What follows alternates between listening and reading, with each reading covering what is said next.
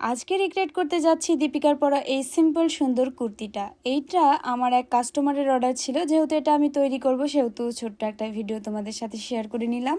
এর আগে এটার কাটিং ভিডিও আমি তোমাদের সাথে খুব স্বল্প সময়ে শেয়ার করেছি। যারা সেলাই পারো বা কাটিং পারো দেখলে অবশ্যই বুঝতে পারবে। প্রথমে আমি সিম্পল একটা কামিজ কাটিং করে নিয়েছি এবং মাঝে যে কালো কাপড়টা সেটা লম্বা করে চিকন করে কাটিং করে নিয়েছি দেওয়ার জন্য। ড্রেসটা দেখতে খুব সিম্পল হলেও বানানো কিন্তু অনেক কষ্ট। পাইপিংয়ের যে কাজটা সেটা সবাই আসলে পারে না, তো আমিও খুব একটা পারি না, তবে চেষ্টা করেছি এখানে পাইপিং দেওয়ার জন্য।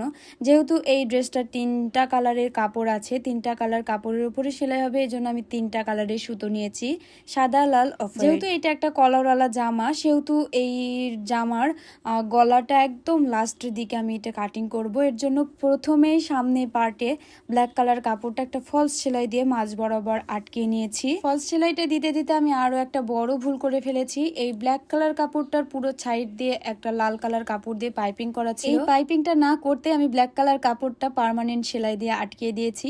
অনেক বড় একটা ভুল করে ফেলেছি, কারণ একটু একটু সেলাই না, পুরো জামার সামনে পাটটা জুড়ে এই সেলাইটা। কাটিং করতে ভালো লাগে, সেলাই করতে ভালো লাগে, সবকিছুই ভালো লাগে, শুধু সেলাই খুলতে আমার এত পরিমাণ বিরক্তি লাগে কি বলবো।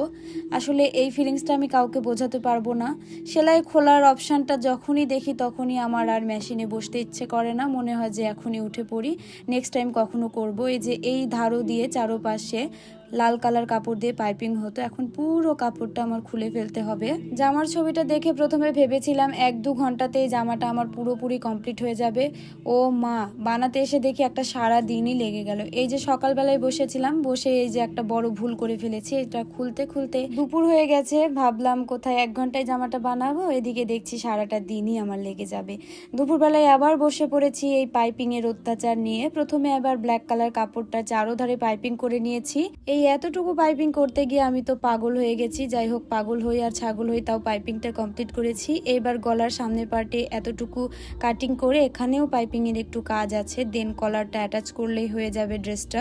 সামনের পার্টে প্রায় 9 ইঞ্চির মতো লম্বা করে কাটিং করে নিয়েছি, সেই ধারো দিয়ে আবার পাইপিং করতে হবে, দেন এটাতে কলার অ্যাটাচ করতে হবে। ড্রেসটা দেখতে খুবই সিম্পল, তবে বানাতে গিয়ে বুঝতে পারলাম যে কি পরিমাণ কষ্ট।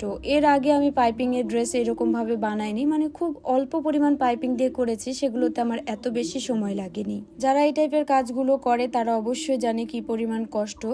তো যাই হোক, অনেক কষ্টে আমি পুরো ড্রেসের পাইপিংটা কমপ্লিট করে ফেলেছি। আমার মনে হয় না আর কোথাও পাইপিং বাকি আছে। ডিজাইনগুলো ছবিতে আমি ঠিক যতটুকু বুঝতে পেরেছি ততটুকু দেওয়ার চেষ্টা করেছি, বাকিটুকু তোমাদের চোখ বলবে।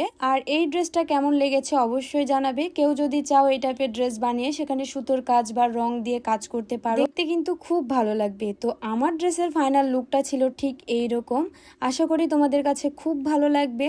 আর অবশ্যই আমার কমেন্ট বক্সে জানাবে এই ড্রেসের রিক্রিয়েটিংয়ে 10-এর মধ্যে তোমরা আমাকে কত দিচ্ছ।